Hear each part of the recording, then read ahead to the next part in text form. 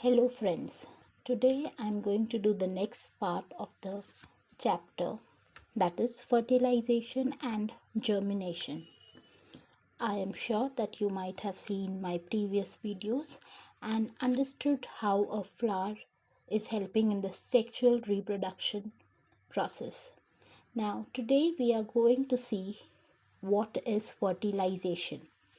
As you can see the definition, it says that the fusion of the nuclei of the male and the female gamete is called fertilization. The male gamete is made inside the pollen grain. The pollen grains produce the male gametes, and the female gametes are the ovule. Inside ovule, the egg cells are there, which are the female gametes, and ovule is inside the ovary. Now, before we understand the process of fertilization, let us see the structure of the pollen grain. It says that the pollen grain has an outer exine and an inner intine membrane. So you can see in this diagram, this is showing the mature pollen grain. You can see the outer exine and the inner intine. And the nucleus is divided into two parts. One is called the tube nucleus, another is called the generative nucleus. And this is a germ pore which will further help in the movement or the formation of the pollen tube. Now, coming back to the structure, as I told you, nucleus is divided into tube nucleus and generative nucleus. And at this stage, when this nucleus is getting divided, when it is transferred to the stigma through the help of pollination, the pollen grain will start to germinate, or you can say that it starts to grow on the stigma. With the help of some sugar, it dissolves and moves in. Now this should happen only if it falls in the plant of the same species. Otherwise, it may get disintegrated or destroyed. Nothing will happen if a rose pollen falls on a sunflower, and so on. Now the structure of the ovules tells us that it is having two or more protective coverings called the integuments, and it is having a small opening called the micropyle, and at one end, which is helping as a entry point for the pollen tube. Also within the enclosed by the new integuments, we have the nucellus, and inside the nucellus is the embryo sac. Now nucellus, as you can see in this diagram, the nucellus is helping with it's a mass of food laden cells, so it will provide the food to the growing embryo. And as you can see, it is a ovule showing the embryo sac. If we just understand the structure first, so that when we move to germination of the pollen grains, we will be able to understand it better.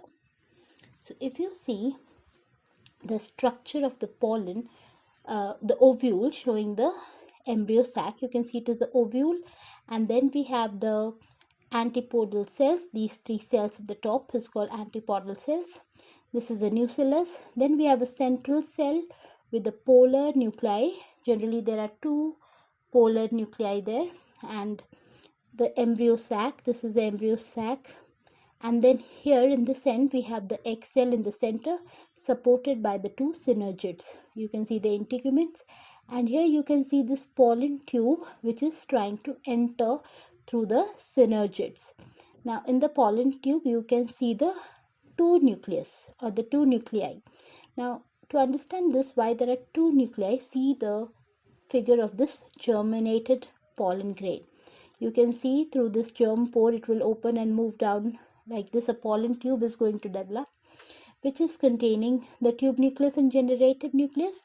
The tube nucleus role is to give a direction to the pollen tube, and it will lead the male gametes or the sperm nucleus, as you can see here, to the micropyle, and it will help in entering here. By the time it reaches here, the tube nucleus has already disintegrated. Its role is over and it is no more there, it is disintegrating. But the generative nucleus has divided into two parts, which are called the sperm nuclei now. So after understanding this, we will be moving to know how the germination of the pollen is happening. So now let us understand the germination of pollen grain. You know, pollen grain, as I told you, it will germinate only if it falls on the stigma of the same plant species.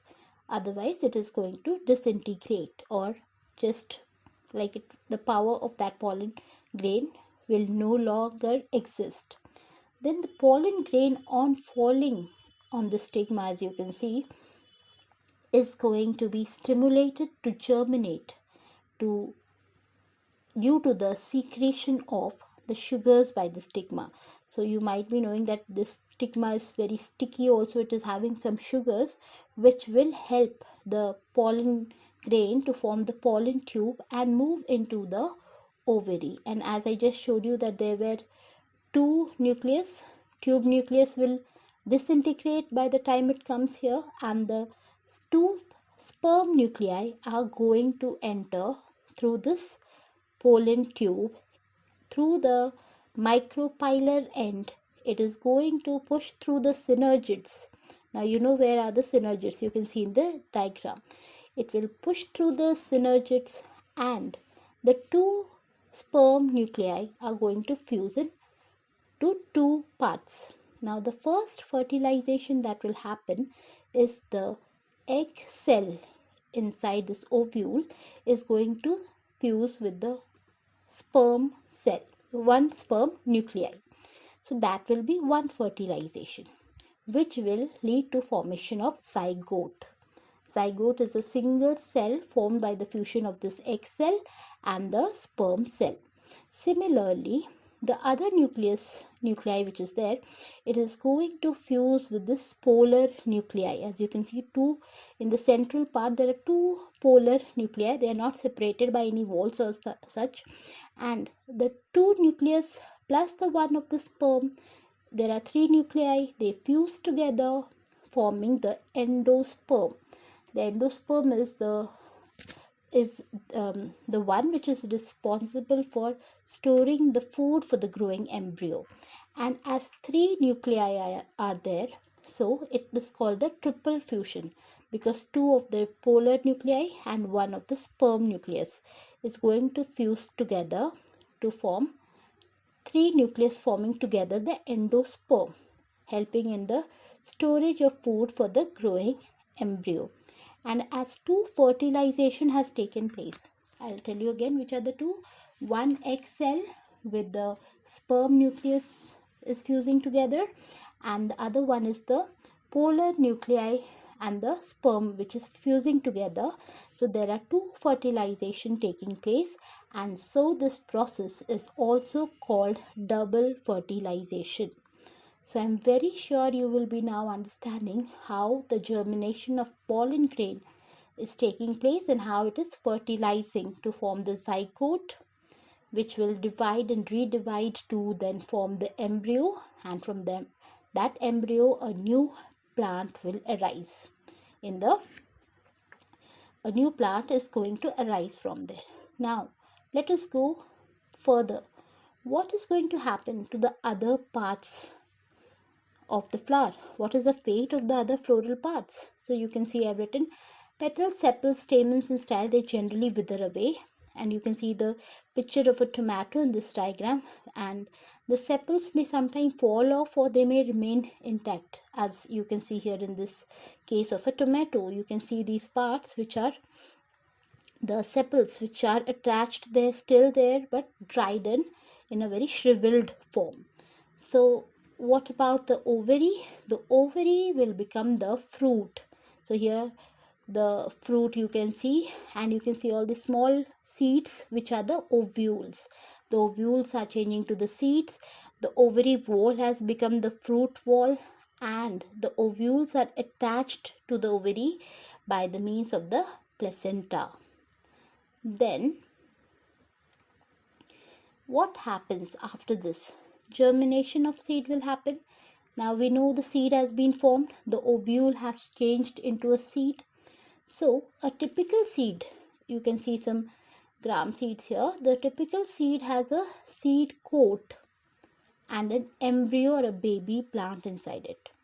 There are two fleshy cotyledons generally. There may be one in some cases.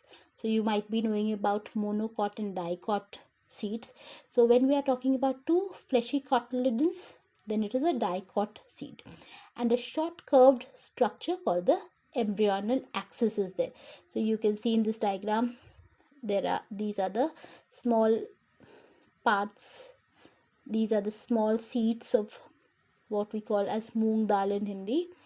And then the germination of the seed is a process when a sleeping or a dormant embryo becomes active and grows into a new plant. That process is called germination.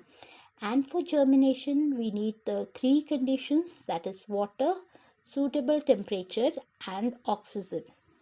And as you can see in this diagram, how the seed is first developing the radicle. The embryo is generally consisting of the two parts, you need to remember that.